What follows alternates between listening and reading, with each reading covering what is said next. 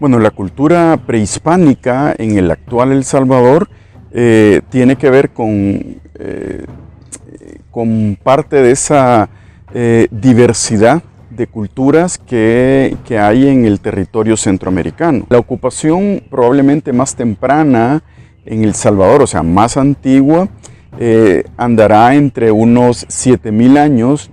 Lo que sucede es que esto es a través de analogía, porque todavía no se ha fechado, digamos, correctamente algunos sitios como la Gruta del Espíritu Santo en Corinto, Morazán.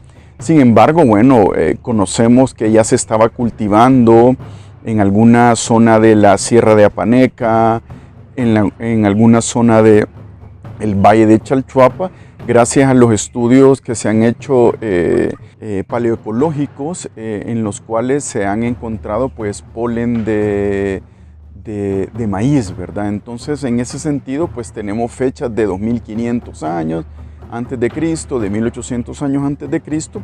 Sin embargo, por ejemplo, datado con carbono 14, la cerámica más antigua, la encontramos en el sitio El Carmen, en la costa de Huachapán. Y hay una ocupación temprana en El Salvador a partir de lo que como arqueólogos conocemos como el mundo preclásico, y así hay una cantidad de sitios, ¿verdad? Podemos mencionar algunos importantes como el Trapiche, Casablanca, sitio Arizona, Rosita y demás en Santa Ana, algunos como Ataco, el mismo Tacuzcalco en Sonsonate, otros del área central, digamos, del Salvador, como Verapaz, El Cambio también en el valle de Zapotitán, y en el oriente del Salvador también sitios como Quelepa que guardan esta ocupación. Entonces, lo que tenemos es una diversidad tanto de diferentes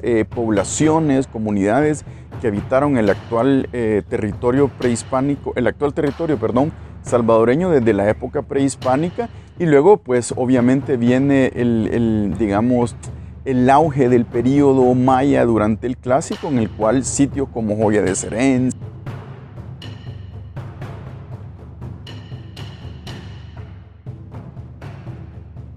San Andrés, Tazumal y otros alrededor del Valle de Chalchuapa y del Valle de Zapotitán, y hacia el norte también, en la zona de Lempa, se ubicaban pues sitios mayas importantes, ¿verdad? Y justamente al otro lado de Lempa, sitios como Quelepa, como Los Llanitos, y otros sitios más del lado del Golfo de Fonseca que tenían una ocupación muy importante dentro del clásico. Ya para terminar, digamos, con el último periodo, esto resumiendo muchísimos años en pocos minutos, lo que tenemos es la llegada de nuevas poblaciones que vienen del centro de México a ocupar digamos, el sureste de Mesoamérica, donde se incluye el actual El Salvador, y ahí es cuando vienen estos grupos pipiles de habla náhuatl, ¿verdad? Que son los pipiles o los pueblos originarios que nosotros conocemos hoy en día, que todavía están las comunidades vivas en ese sentido, y a partir de ello es que podemos ver todo este desarrollo de la época prehispánica en el actual El Salvador. Digamos que más que parecidos, o sea, tenemos muchos elementos en común, ¿verdad? Sin embargo, cada uno de los pueblos pues tiene su diversidad, ¿verdad? No todos son mayas, o sea, a la llegada de los españoles, por ejemplo, al territorio actual salvadoreño existían grupos pipiles de habla náhuatl, grupos lencas de habla potón, cacahuiras, mayas chortís, mayas pocomames, chincas, otros como Matagalpas, por ejemplo. Entonces esa era la diversidad de población que existía, por lo menos a la llegada de los españoles, ¿verdad? Y junto a los españoles pues llegan otros grupos, que son los indígenas que acompañan a los españoles, que vienen del centro de México y también vienen en su paso por Guatemala. Entonces al final estamos viendo una gran cantidad de población indígena que digamos que sí tienen elementos en común, pero también son parte de esa diversidad mesoamericana que existía por lo menos hasta el siglo XVI. Cuando hablamos de esa diversidad de cultura, estamos hablando de esa diversidad de tradiciones, diversidad de cosmovisión también, ¿verdad? Que son estas maneras de ver el mundo. Y por supuesto, no solamente las tradiciones, sino que una diversidad lingüística también, ¿verdad? No todo el mundo hablaba el mismo idioma, ¿verdad? Sabemos que hay lenguas francas en cada momento de la época prehispánica. Por ejemplo, al momento de la conquista y la colonia, la lengua franca, como hoy utilizamos el inglés, era el náhuatl, ¿verdad? Era en el que se comunicaba. Entonces, yo creo que en ese sentido es enriquecedor, pues, hablar de esta diversidad de culturas, de esta diversidad de aspectos que se tenían en un espacio el cual hoy llamamos El Salvador, ¿verdad? Sabemos que muchas digamos que frutas, muchas legumbres, muchos animales fueron traídos por los españoles y en viceversa, españoles llevando a Europa. Entonces, en ese sentido, hoy, por ejemplo, en El Salvador, pensamos que el mango es nativo de estas tierras, ¿verdad? Y decimos hasta mango indio o la gallina india. Y en realidad, tanto estas aves de corral como el gallo, la gallina, ¿verdad? Y otros animales como el ganado vacuno, por ejemplo, el ganado porcino, el caballar, todo eso fue traído por los españoles. Sin embargo, también hay otras cosas que América pues aporta, ¿verdad? Como el tomate y una gran cantidad digamos, de frutos alimenticios, ¿verdad? Entre esos, raíces como la yuca, la malanga, la papa, una gran cantidad de cosas. Muchos de los conquistadores viajaban por ejemplo, con semillas, ¿verdad? Una de las semillas más importantes con la que viajaban es con la semilla de limón, ¿verdad? Que uno, pues, al lugar donde llegases, sembrabas la semilla de limón para tener un árbol de limón, que es uno de los, digamos, de los frutos más agradecidos porque sirven para muchas cosas. Digamos que el maíz temprano, que es el teosinte, ¿verdad? Es mesoamericano, o sea, de la región que estamos hablando, y obviamente los primeros cultivos ya se daban en algunos valles de México, por ejemplo, ¿verdad? Y en Guatemala muy temprano. Como te decía al inicio, en El Salvador se ha encontrado, digamos, polen de maíz tanto en la laguna de Cuscachapa como en la zona de Ataco y Apaneca para, digamos, fechas bien tempranas, 2000 a.C. O sea, estamos hablando de hace 4000 años, se ha encontrado que ya se estaba cultivando maíz. El añil, el índigo guatemalensis, que nosotros conocemos también, porque hay otros tipos de índigo en el mundo, ¿verdad?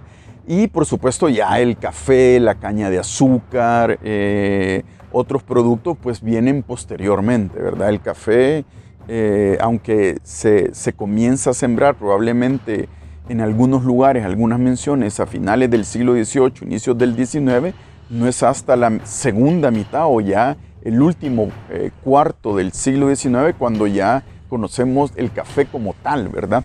Algunas historias hablan de 1756, 1760, en donde mencionan que en unas fincas ubicadas en Aguachapán se encontraron unos árboles de café que habían previamente obtenido de la provincia de Jutiapa, en Guatemala. Eso en 1756. Luego de ahí tenemos que enmarcar ahí por 1850, 1860, lo que interviene o cómo interviene el general Gerardo Barrios en todo este tema del café.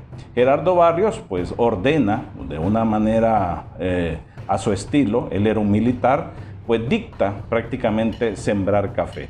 Y es así como tenemos también la otra historia que nace en el oriente de nuestro país. Ahora, históricamente El Salvador tiene su desarrollo sobre el café. El café comienza en Oriente, de donde pues podemos hablar de las primeras zonas de cultivo. Está también Santiago de María, Alegría, Berlín, toda esa zona de Usulután. También tenemos toda la cordillera del Cacahuatique en oriente, y tenemos también donde básicamente cuenta la historia que nace mucho del café. Llega hasta 1989, en donde tenemos el nacimiento del Consejo Salvadoreño del Café, y del Consejo Salvadoreño del Café se comienza a marcar ya otra vez un cambio, porque regresa el café a manos privadas. Y comienzan las políticas privadas a funcionar o a tener diferentes sinergias y proactividad alrededor del café. También tenemos que remarcar que se genera en 1980, o creo que 1979, 1980, se genera también lo que se llama la reforma agraria. Entonces la reforma agraria da paso a muchos cooperativistas, en donde algunas porciones importantes de tierra quedan en manos de cooperativistas, y estos cooperativistas, en vez de tener grandes terratenientes, de repente teníamos comunidades que ya eran dueños de la tierra, y ellos tenían que velar y trabajar alrededor de sus producciones de café. Luego también hay una extracción del jiquilite, ¿verdad? De esta planta del índigo que produce el azul o verde, y que se trabajaba desde la época prehispánica, y que es una de las plantas más importantes que llegó a ser el gran cultivo, por lo menos en la provincia de San Salvador, llegó a ser el gran cultivo de extracción, y por supuesto el gran cultivo de producción y comercio para el Reino de Guatemala, por lo menos desde la segunda mitad del siglo XVIII hasta inicios del siglo XIX, cuando llega la independencia en 1821, la independencia de Centroamérica. Una variedad que le llamamos Indigofera guatemalensis, porque hay también la subfruticosa, esa fue introducida, pero claro, la nativa es la guatemalensis, y esa es la que es más fuerte. Ahí llegan plagas y todo, pero no puede destruir el cultivo. Yo creo que se le puso así porque en aquel entonces era Guatemala la capital.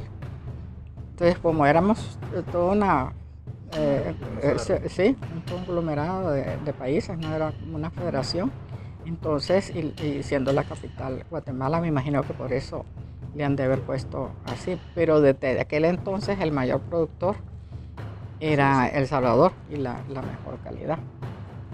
Hasta donde yo entiendo, para nuestras provincias en aquellos tiempos, el cultivo del añil era la principal fuente de ingresos. Éramos, de hecho, pues la región que más producía añil, que en ese momento era uno de los colorantes más importantes en el mundo, y era pues un producto de mucha demanda mundial.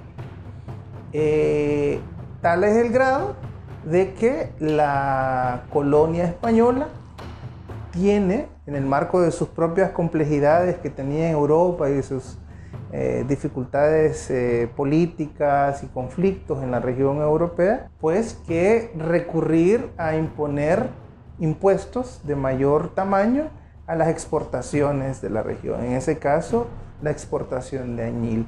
Eso significa que las colonias centroamericanas en aquel momento teníamos que dar más al erario de la corona a través de nuestras exportaciones de añil. Pero ¿qué pasa a la par?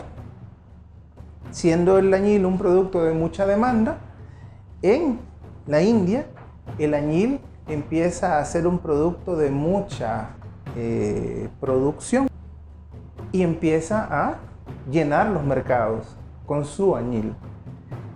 Lo cual, si usted lo pone en la mesa con una Centroamérica que tiene entonces, además de que exportar más añil porque tiene que pagar más aranceles, se enfrenta a un competidor más grande, pues es lógico pensar que eso haya sido también uno de los muchos elementos que conllevó a nuestros ancestros en esa época a pensar que desvincularse de la corona española era algo que tenía que hacerse de manera inmediata.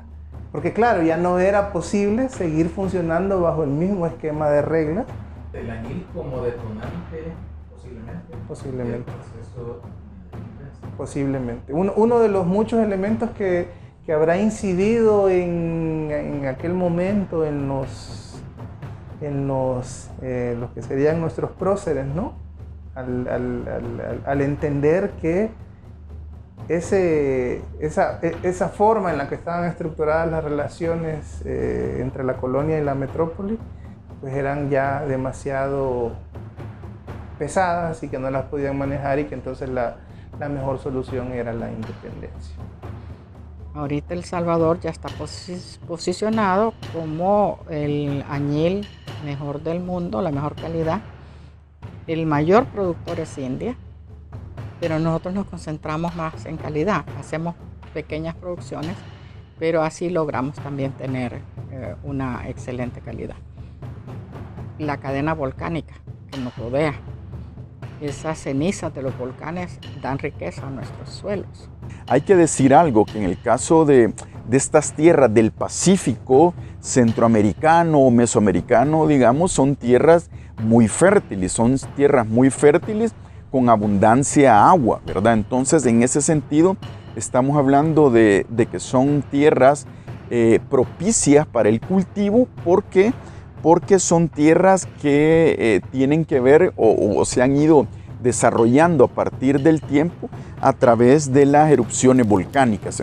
O sea que estamos hablando de suelos volcánicos que tienen una gran cantidad de químicos importantes y que hacen de los suelos un espacio rico para que pueda florecer prácticamente cualquier fruto. Entonces, y la abundancia de agua con un río como el río Lempa, que es el río más caudaloso que desemboca en el Pacífico centroamericano, ya imaginémonos lo importante que era desde la época prehispánica y luego en la época colonial este espacio que hoy denominamos El Salvador.